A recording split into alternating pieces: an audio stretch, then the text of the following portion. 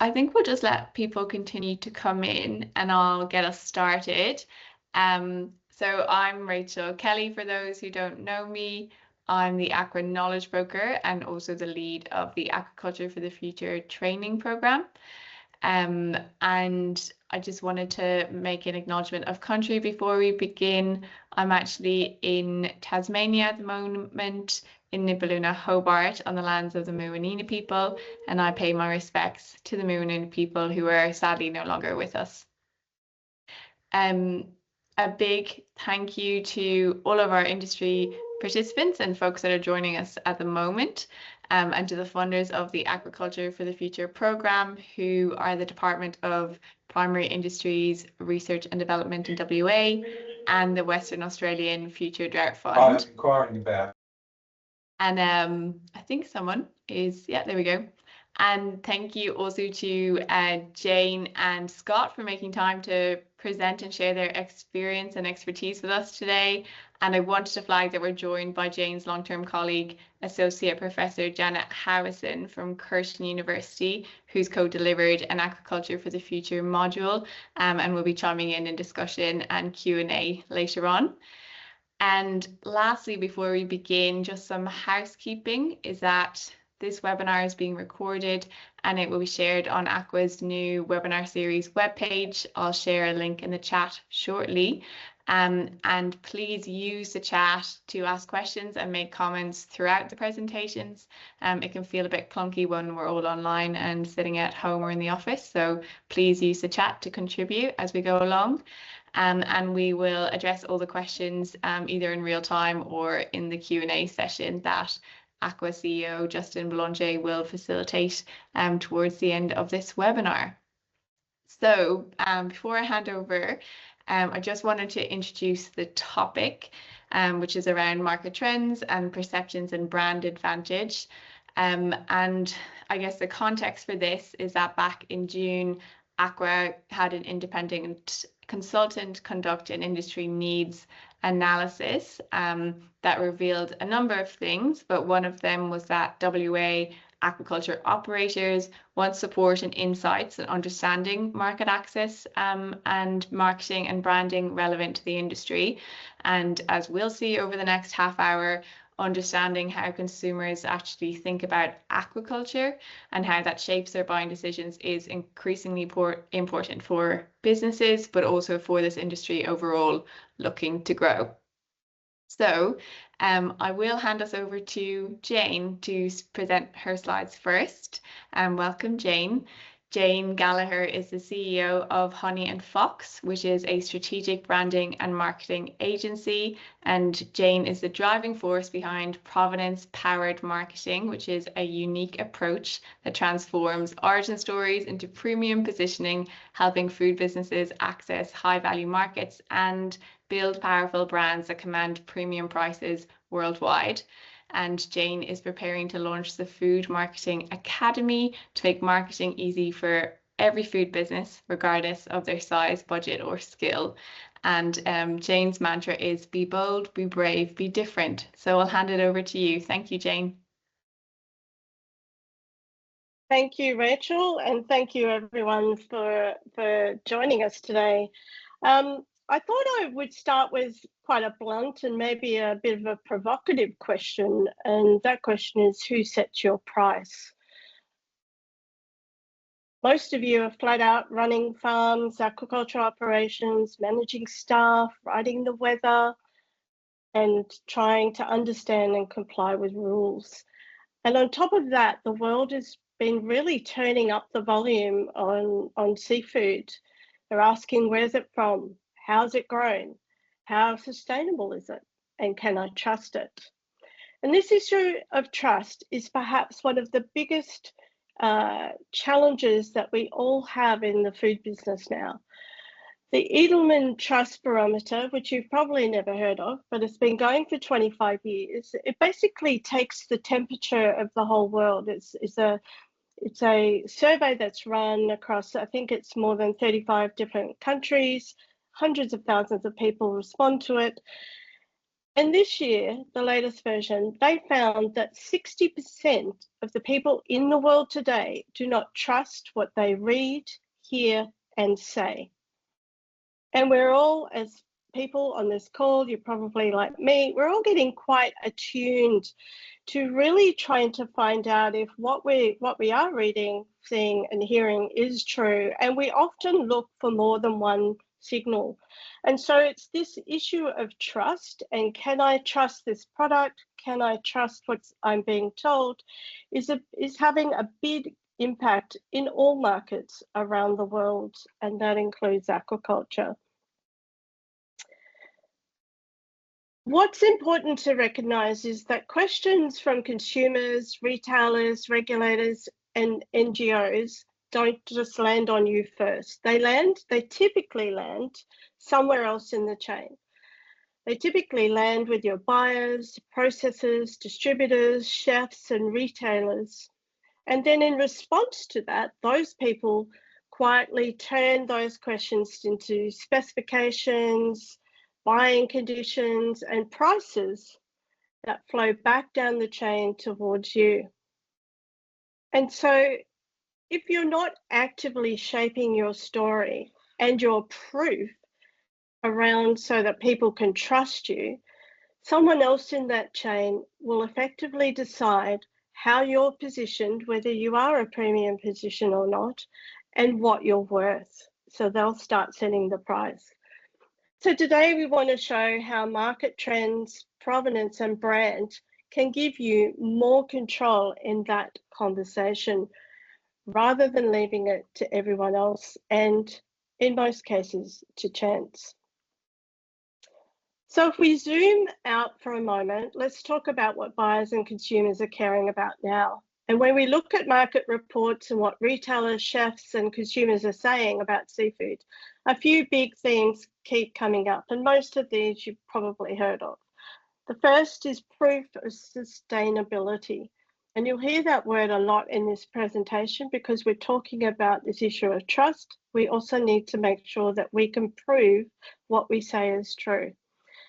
And in the case of sustainability, we're not just looking for a green logo in the corner, but evidence. People are looking for evidence, whether it's audits, certifications by somebody else, those sorts of things. And buyers, so your buyers are being asked to defend their choices further up the chain from their buyers or their bosses.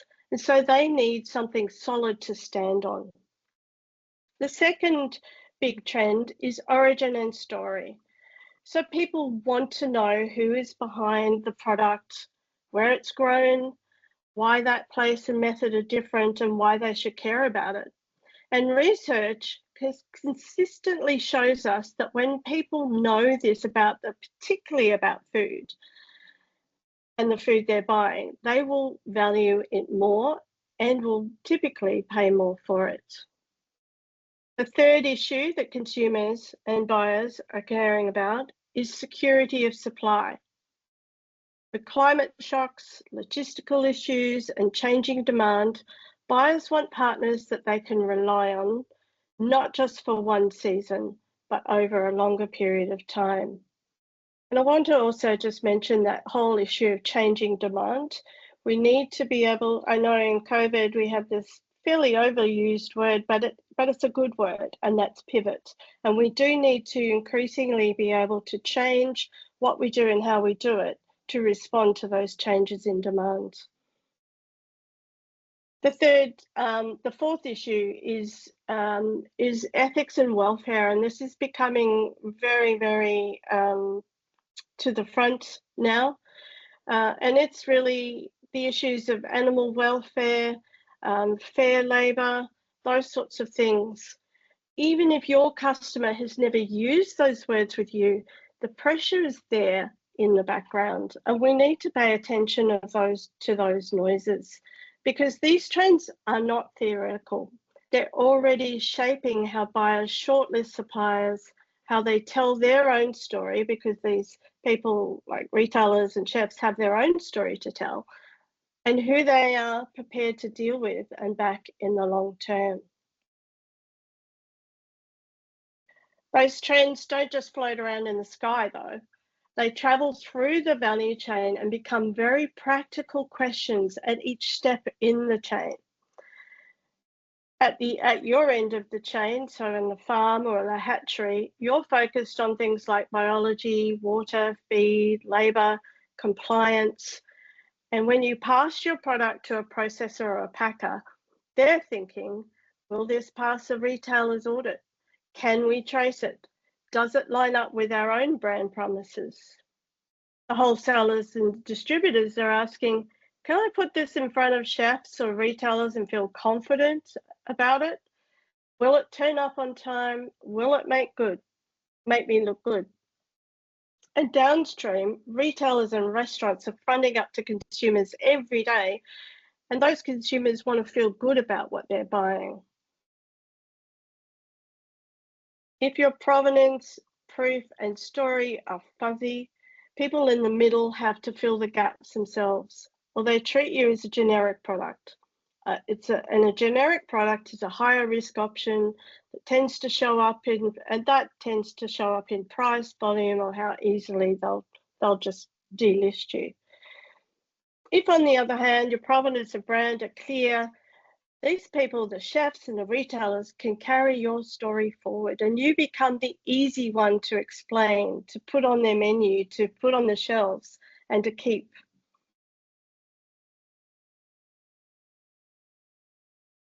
So having looked at how trends travel through the value chain and show up as pressure at each stop, what I want to do now is just turn that from a theory into something very practical that you can do in your business. And that's about actually walking your own value chain. And Janet, who's here, she's not talking, but she's here for the discussion, does a lot of this in businesses. And when we're talking about walking your own value chain, we're talking about following where value is created or lost.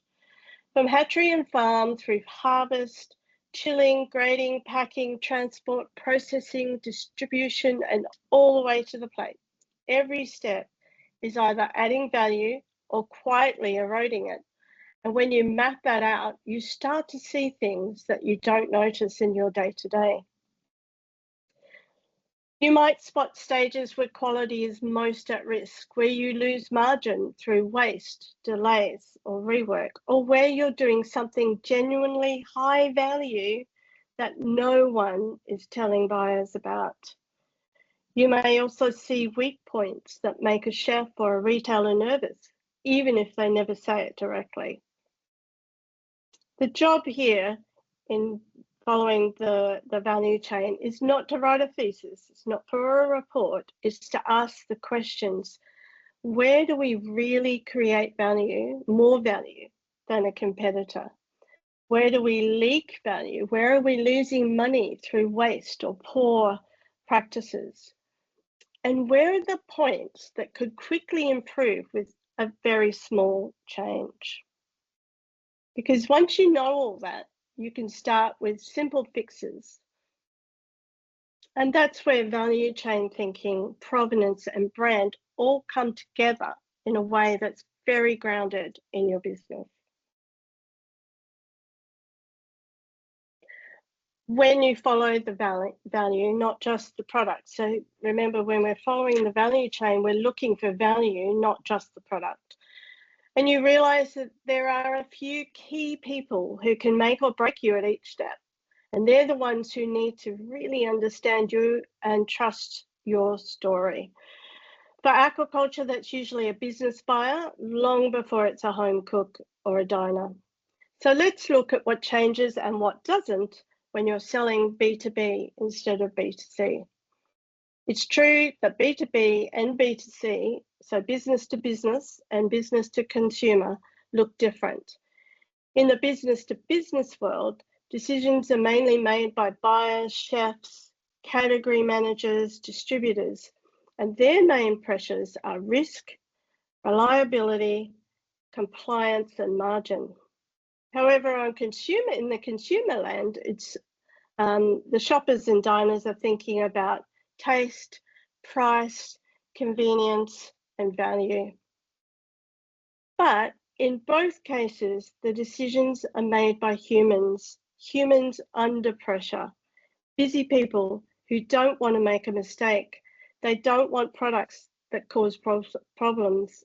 And they really are starting to appreciate suppliers that are easy to explain and easy to trust. In B2B, a strong brand and a clear provenance story reduces that risk and friction. It makes it easier for chef to say, yep, I'm going to put that on the menu.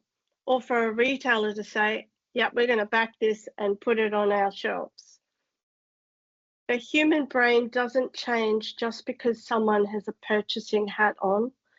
Trust, story, and proof will still drive their decision.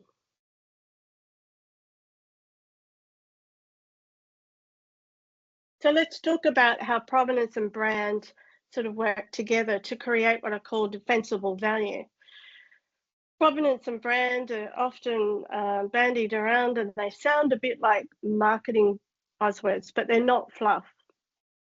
When we say provenance, we're talking about the full story of your people, the place, the product, the process, and the planet, all backed up with proof. Who you are, where you farm, how you do it, how you look after the environment and the community around you. And brand, on the other hand, is simply how buyers recognize and remember you and how they talk about you when you're not on the phone or in the room. It's the shortcut in their mind, and I really want you to remember that. It's the shortcut. Your brand is a shortcut in their mind to choose you. It's the Marin Farm that has rock solid traceability and a great story on our menu, or the hatchery that always delivers when they say they will. These two things are not decoration. They are levers that you can pull in the market. They reduce the perceived risk of choosing you. They help you to defend your price and your terms because there's a clear reason you're not a generic product. And they make you the easier yes.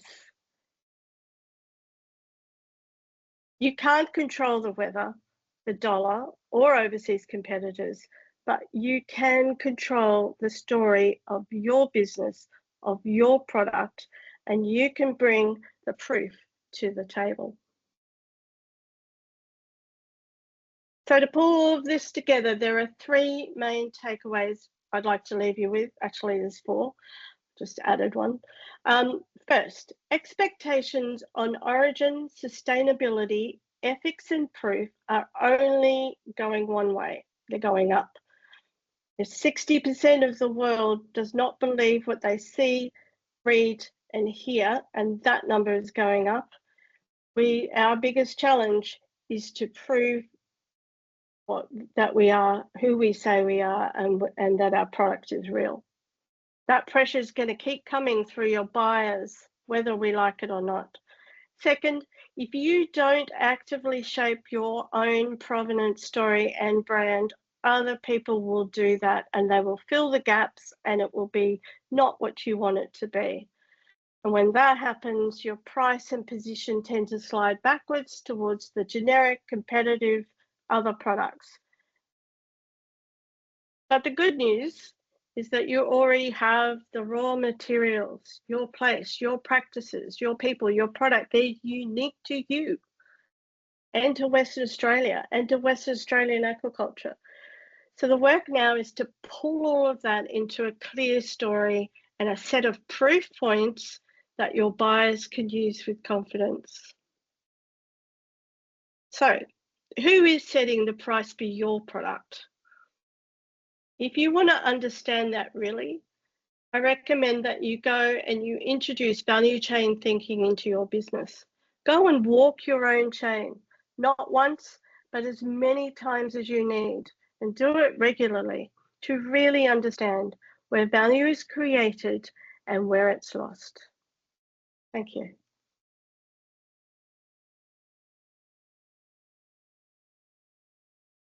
Thanks heaps, Jane. Lots of food for thought there. We have time for one question maybe, while we're flicking over to slides for Scott. So if anyone has a quick question for Jane, happy to take that.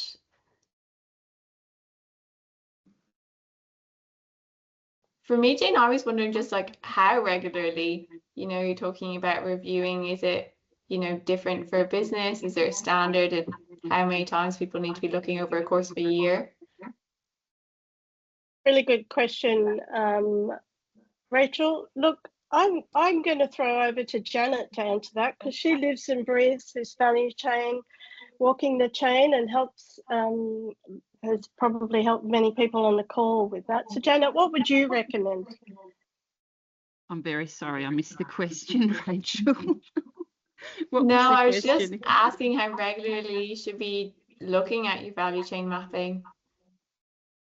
Look, I think the really valuable thing that can come out of value chain mapping is that you can develop those relationships and make them strong and trusted, so that you might walk the chain and spend a bit of time doing it, speaking to your customers and your processes if that's applicable, so that you set a level of trust, so that if there are issues or concerns or ideas, that they will feel confident to get back in touch with you.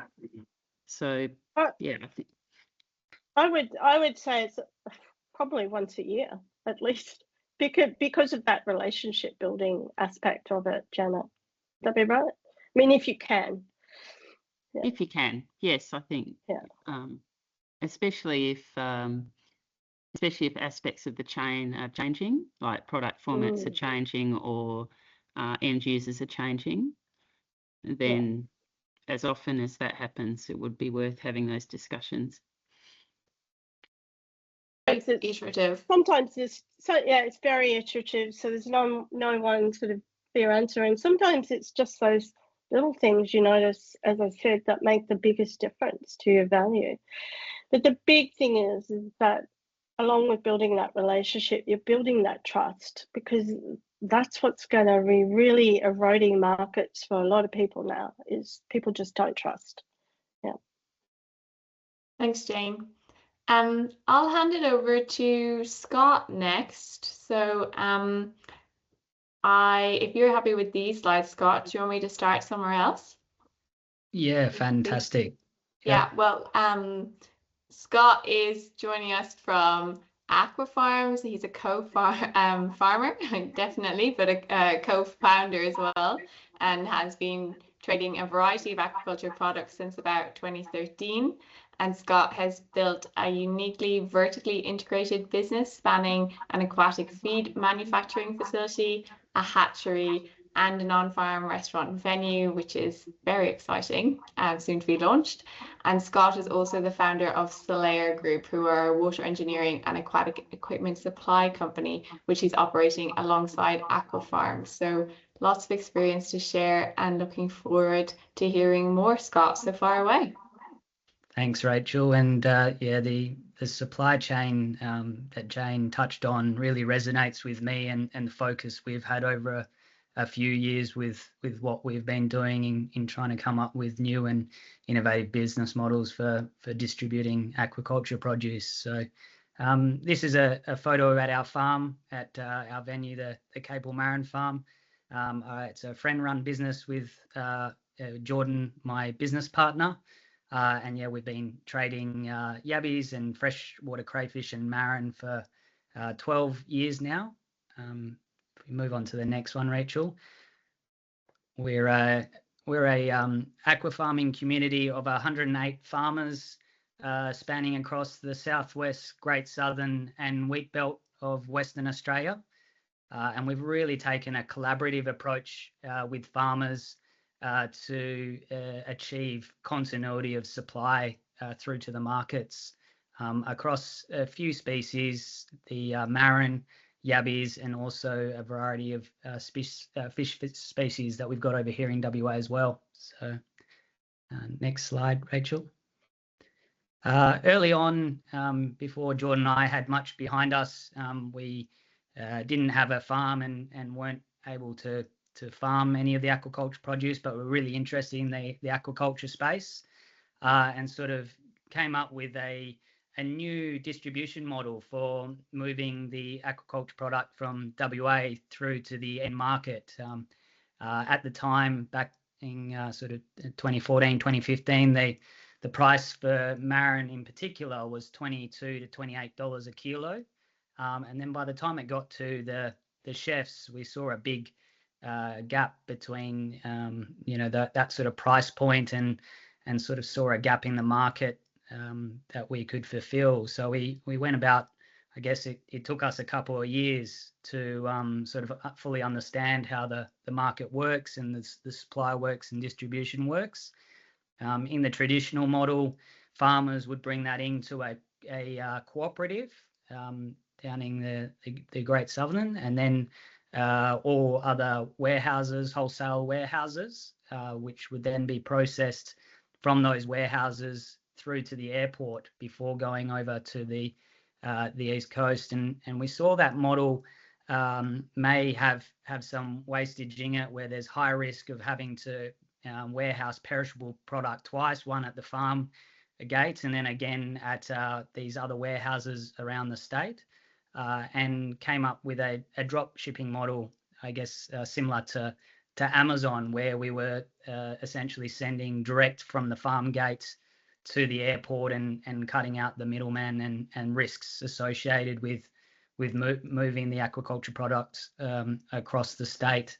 So what that sort of looked like is we would provide all the packaging supplies and logistics networks for the farmers and allow them just to focus on what they did best, which was farming the product. So if we move on to the next one, Rachel.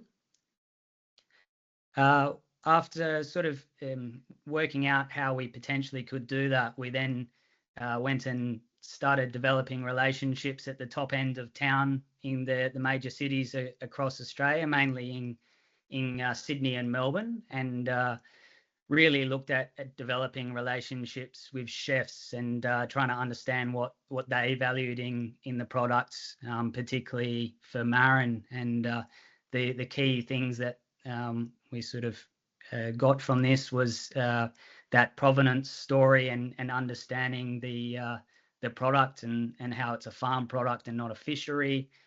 The other big challenge that they really valued and challenge they were having is getting continuity of supply. So although some restaurants could offer a market special and sort of have it on a seasonal menu, there was no sort of restaurants at the time that could have it on the menu 52 weeks of the year. So we saw that as a unique value proposition that we could offer through the sort of collaborative approach of our aqua farming community.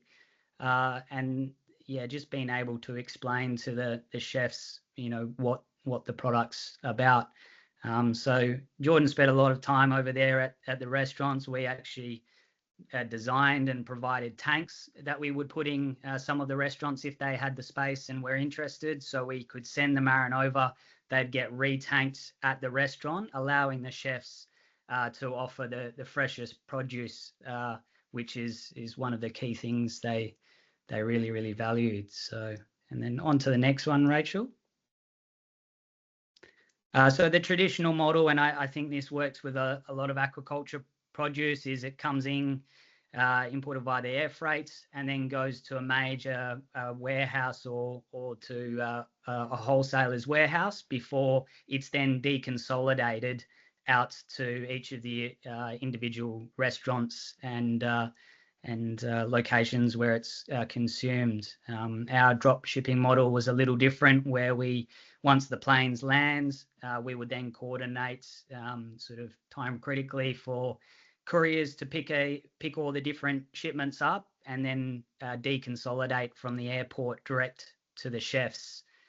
Sort of again taking out the risks associated with perishable warehousing in these other capital cities that was associated, and then also the middleman and any wastage that was involved in that supply chain.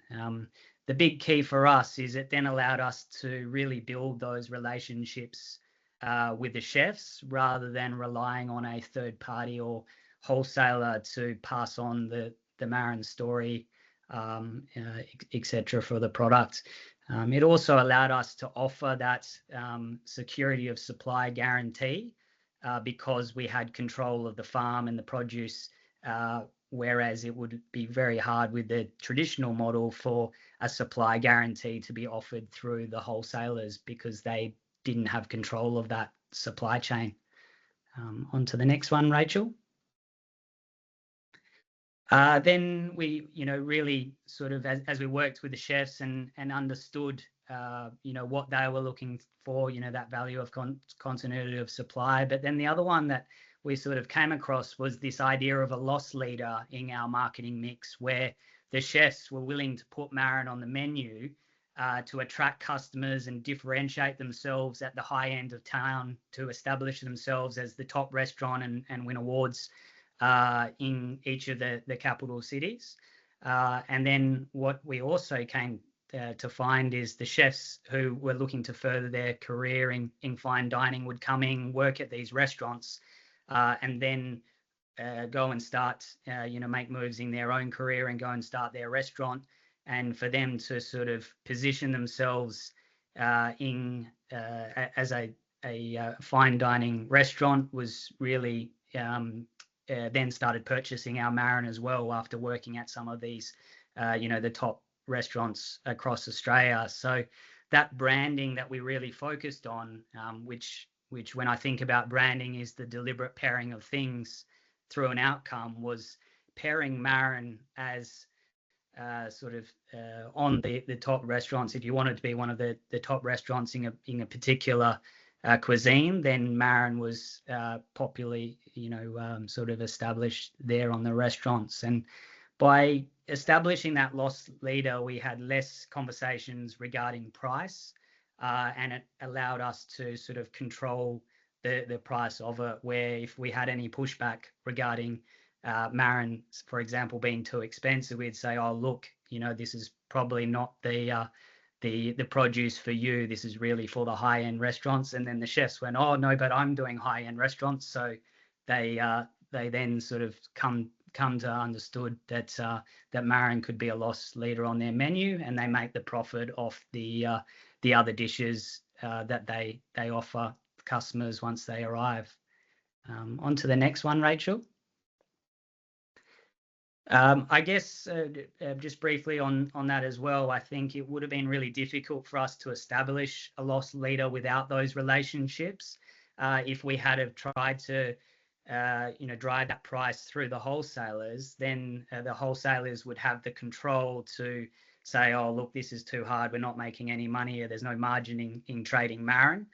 So then they would have, offered the chefs an alternative product, which had good margins and just sort of stop buying from us. And that, is sort of a common conversation that we have in the hybrid business model now, where we are supplying chefs and then a hybrid of some food service providers as well. Then in 2020, we vertically integrated backwards from sort of the marketing and distribution, really saw us as a logistics company. We vertically integrated back to being a position where we could finally afford a farm. And the farm really allowed us to control that continuity of supply. So Marin is very seasonal, where there's different times of the year where there's more supply coming onto the market than demand. And then at other times of the year, it's the opposite. So, we saw the purchase of the farm, along with being able to grow our own produce, as a way for us to be able to stabilise the industry. So when farmers really wanted to sell their Marin, we could purchase them, put them in our piggy bank or Marin bank at the farm. And then when the weather's cold and it's rainy and farmers aren't all that interested in catching, that's when sort of our contribution to the industry comes, and we get out in the ponds in the rain and harvest the Marin to keep the supply up to the restaurants and keep the continuity at the restaurants. And then finally, we've been working on for the last 4 years a retail space. called the Capel Marin Farm, which is a venue, pond to plate experience, and a venue situated on our farm, which is, if you want to go on to the next one, Rachel,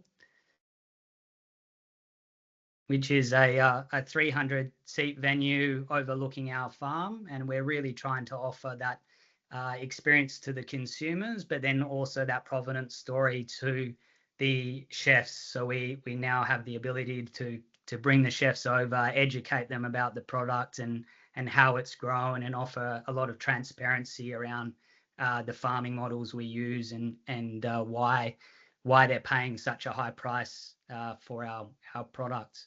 And next one, Rachel.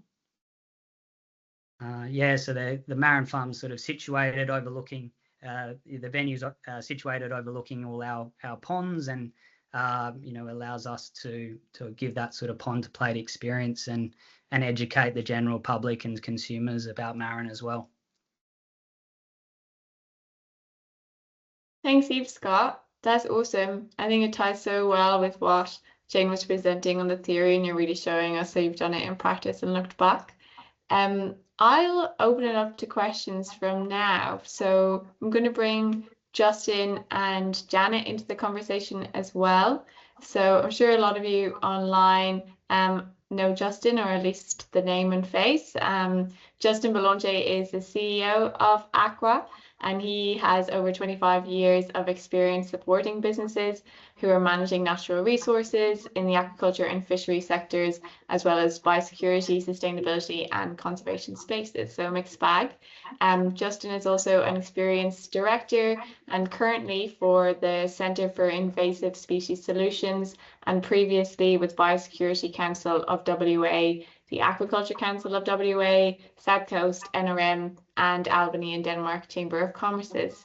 And in his spare time, I don't know if he has any really, he audits aquaculture and fishing enterprises against international ECG certification standards. So welcome, Justin. Thanks, Rachel. And before I hand it over to you, I just wanted to wave and get Janet to show her face on screen. So Janet hasn't presented today, but she's joined us online to add her expertise to the discussion and address questions that might come up. So Associate Professor Janet Howson has over 30 years experience, particularly in post-harvest seafood research and new product development. And she's leading research projects and collaborates with industry on everything from supply chain monitoring to value chain analysis, traceability, and waste utilization. And she's won lots of awards for her work and contributions to the seafood industry. And Janet and Jane have both been delivering a module for the Aquaculture for the Future training program. So it's really great to have you both here. I'll hand it over to you, Justin, to kick off some Q&A. And please feel free, folks, to chime in the chat or just raise your hand online.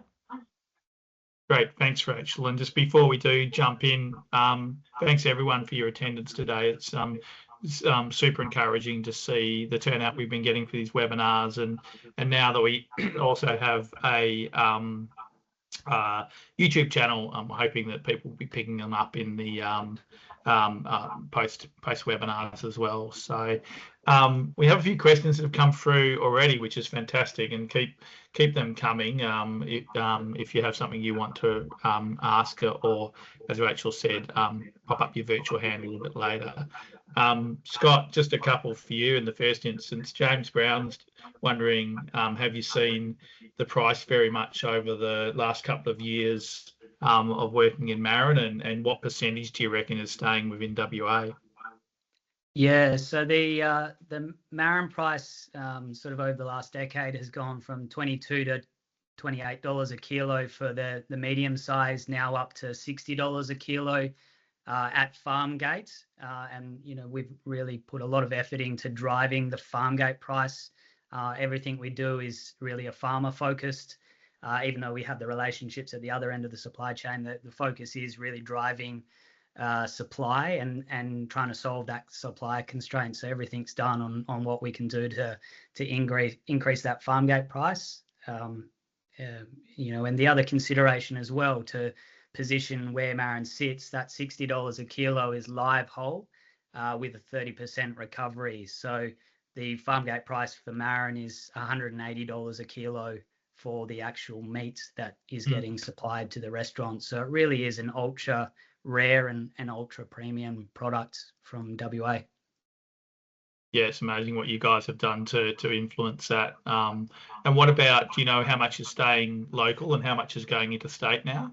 Yeah, Roughly? very little. We only supply one or two restaurants here in WA, and we've sort of, as our contribution to the industry, have been rewarded. The further we actually push it away from the product's origin, the more we're rewarded in terms of the work we do in getting the price up. Obviously, if you're here in WA, the restaurants have the ability to drive down and get it at farm gates, and that's not really a space that we could sort of add any value to. We've really focused on the other markets further away from origin. That makes sense, doesn't it? That drop shipping model becomes really important within that as well. So, yeah, great innovation. So I'm just going to carry on with a few of the questions in the chat. In the first instance, Elizabeth Reed from Geraldton was asking about the impact of pesticides. We've seen this a fair bit in the yabby sector, and Mary Nenke, one of the champions of aquaculture in this state, has certainly reported that that's a big influence over her availability to get stock. Have you had any issues with pesticides with marron? Yeah, it's certainly a concern. A lot of that pesticides being used through the wheat belt, and particularly now with the use of helicopters and planes for spraying, has been a real challenge. Fortunately, in the southwest and Great Southern, where a majority of the marron come from, is the orchards aren't needing that sort of equipment to spray.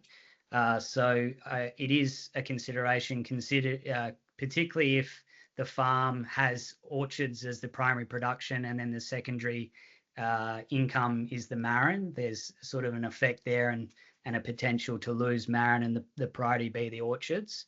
But yeah, some of the marron farmers these days are using drones for spraying, and sort of the feedback I've been given is the beauty is it's really spot spraying and really targeted, so not getting into their waterways and dams as much as the effect that is experiencing the wheat belt. Yeah, okay. And last one, probably a little bit more of a general question. I might be able to have a go at it, but interested in your views as well about red claw. So Ben's just asking, do you know of anyone who's had any interest in using Indigenous groups to fish for invasive red claw out of the Pilbara area? Have you looped in with that at all, Scott? Yeah, I haven't had much experience with the red claw side of things. It's mainly just the yabbies and marron and kunaks that we've done in the past. Yeah, I do know that you can legally farm red claw in Western Australia as well, but that's concerning to hear that they're in rivers and streams if they're out in the Pilbara. So yeah, great. Jane and Janet, coming back to you guys, that process you spoke about in terms of walking the value chain and mapping that and thinking about that, what sort of advice can you give for people who want to just start that process? What's the first steps they would take?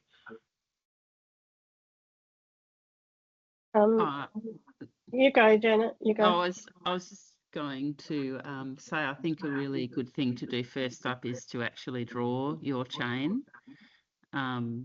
We've done some of that in the workshops with some of the participants. So once you start thinking about all the people that are in your chain, all the steps in your chain, and then identifying for those steps who are the best people for you to contact. And then that allows you to, you may already have a relationship with them, but if not, it does allow you to commence to develop a relationship with them. And then, yeah, we do find that physical walking the chain, if you can get an agreement from your supply chain partners, can be just so valuable to gain that information that Jane was talking about enhancing value or parts of the chain where value is being lost. I think to add to that is that we also think of the chain as what happens before you. So you, if you're a farm, there's a bunch of things that happen outside of what you do. You know, like just getting approvals, those sorts of things, your inputs. We were just talking about pesticides, but what other inputs are being used on your farm? I think it's important to look at the whole chain, both before you and after you. And so that's one thing I would add to that. And the other thing is that, yes, absolutely, if you can physically walk it, that's great. But these days too, there's a lot of technology that you can use just to get started. And that's like putting even temperature trackers, they're now really cheap, into your product just to see what's happening. Janet and I did some work a couple of years ago now, and we found product just ending up in completely a different place where it should be. And it was just not known. And so that had an impact on the value and the quality at the end of the chain. So it will surprise you, I think. If you haven't done it, it can surprise you. And I'm sure, Scott, you would have found that when you go and look through your chain, I guess you do find things you go, oh, that's something I didn't know.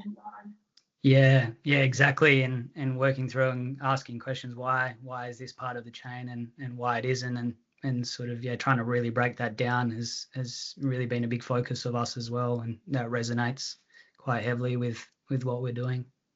Yeah, it's great. I've used value stream mapping to improve processes within NGOs. So I know it's got a really broad array of applications. It's really intriguing to see it being used within food supply chains. So that's great. Scott, just back to you. There's a question from Hanuska Bishop about what are your biggest risks to your business model now, and secondly, what are you investing in research at all, and what sort of R&D are you looking at?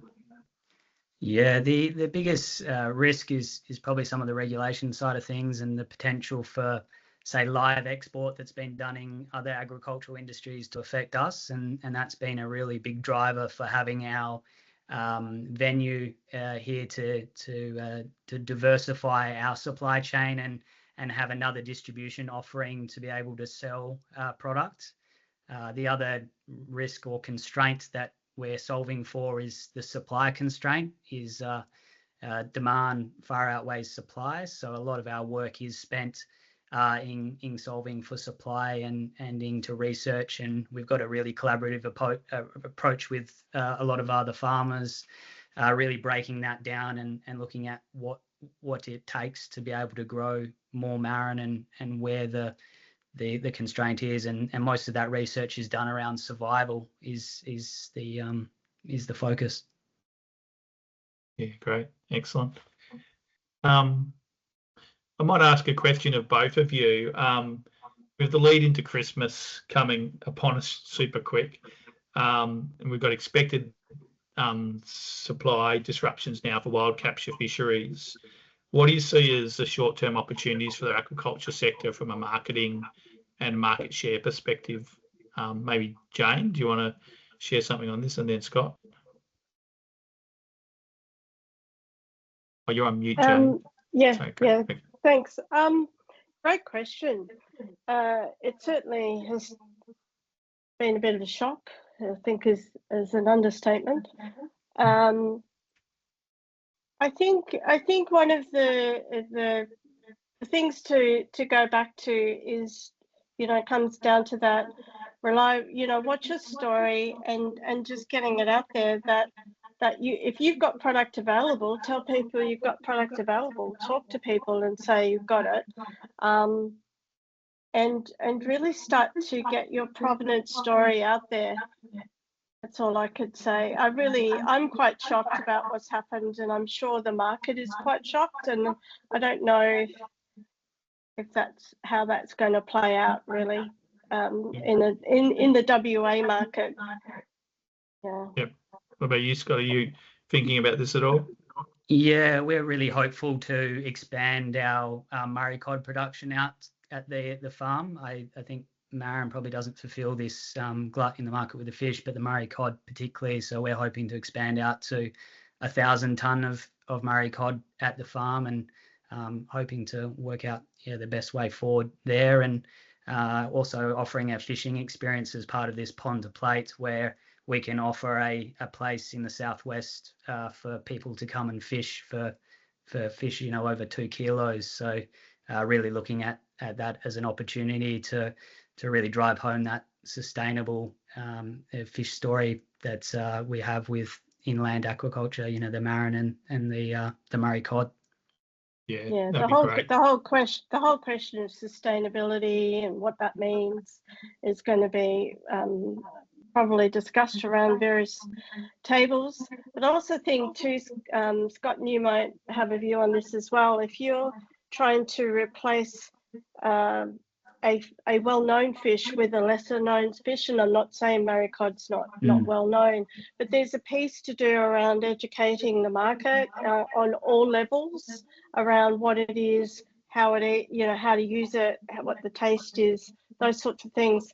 And Janet and I have been involved for many years about underutilised species, and there is a lot of fish that's caught around Australia that is not really valued, and I think it is an opportunity in somebody else's sort of where they're struggling is to really think about what does the market need to know about this fish that I've got that could replace, Yeah, on the I just think menus. there'd be a real shame for our market, particularly in WA, to be flooded with imported fish.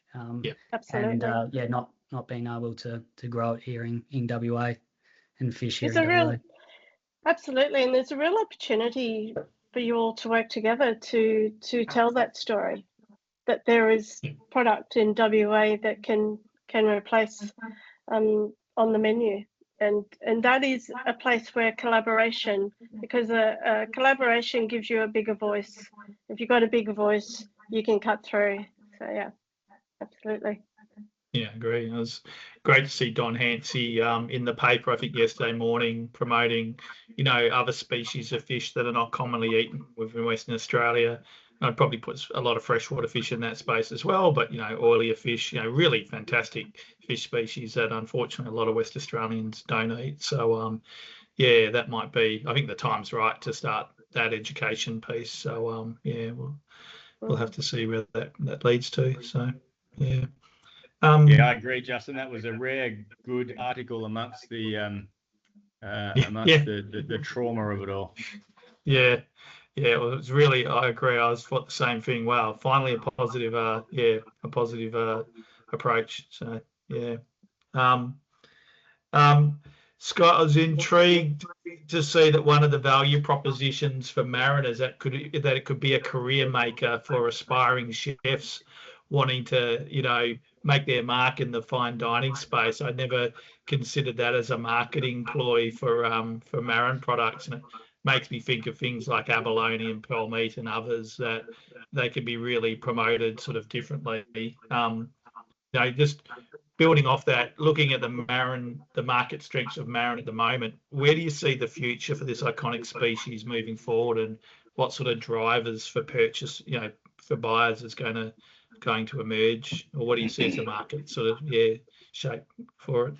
Yeah, well, it really focused again on that farm gate and what we can do in even further reducing that supply chain. I guess we have an opportunity through this venue that we've got is you don't have all the high costs associated with freight.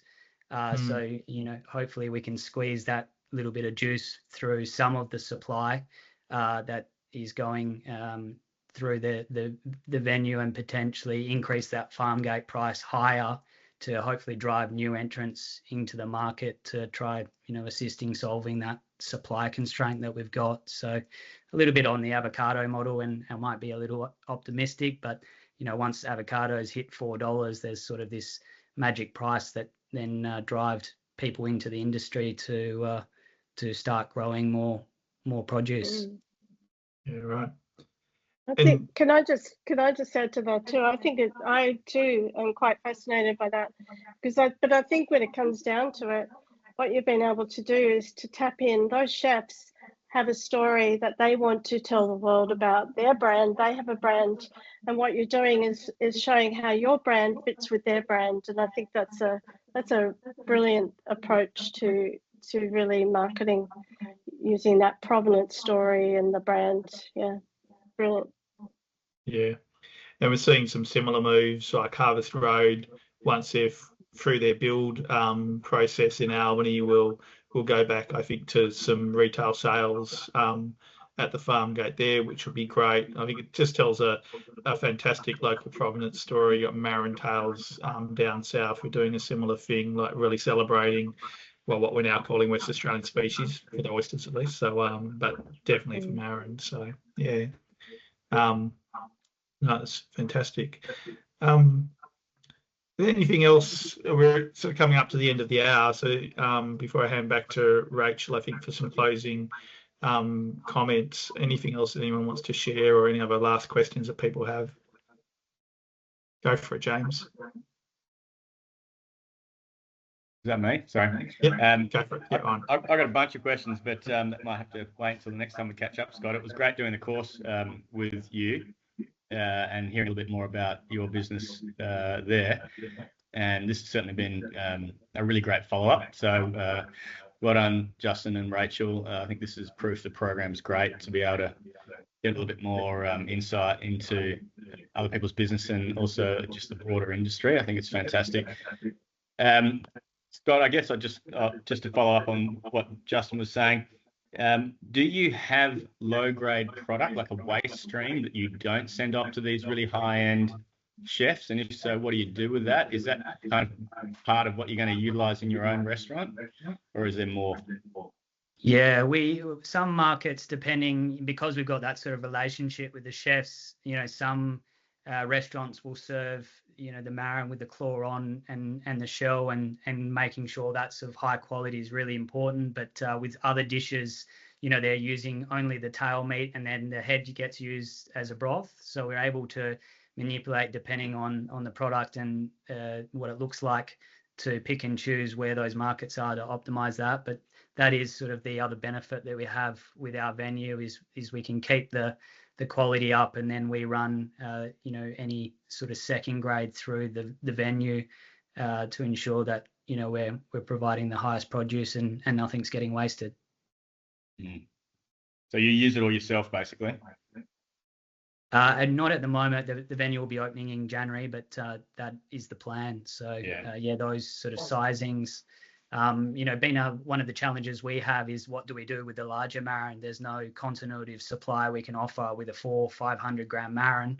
So we don't try to offer that as a size option to a lot of the restaurants, and that's the challenge we have is moving some of those sizes that there's smaller quantities of, and those the ones outside the bell curve at both the lower end and the top end.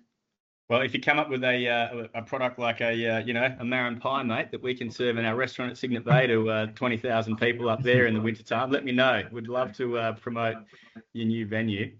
I'm sure you don't probably need anywhere else to sell it, but we try and use as much as local product as we can. It's probably no surprise that Combe Bay barramundi is one of our biggest selling dishes. But yeah, it'd be great to be able to leverage each other. Yeah, fantastic. We'd love to do that. So yeah. Great. Cool. Fantastic. Excellent just to see industry promoting local iconic WA products. So yeah, thanks, Scott and James. Rach, can I just hand back to you for some close out? Yeah, sure thing. Just a big thank you from me. Thanks to everyone who stayed online for a full hour. I know it's time squeezed, especially this time of the year, so we're really appreciative. I'm really grateful for Janet and Jane and Scott for all joining us today and contributing their expertise. It's been really good to hear from you and to have this discussion. And I just wanted to flag, you'll see on screen, James gave us a great plug for the Aquaculture for the Future program. So if you haven't already seen, the program's been extended until March for an online only option. So Jane and Janet's modules will also be available online, and the one-on-one coaching option. I know that several participants are already working with you on their value chain mapping as well, which is really exciting.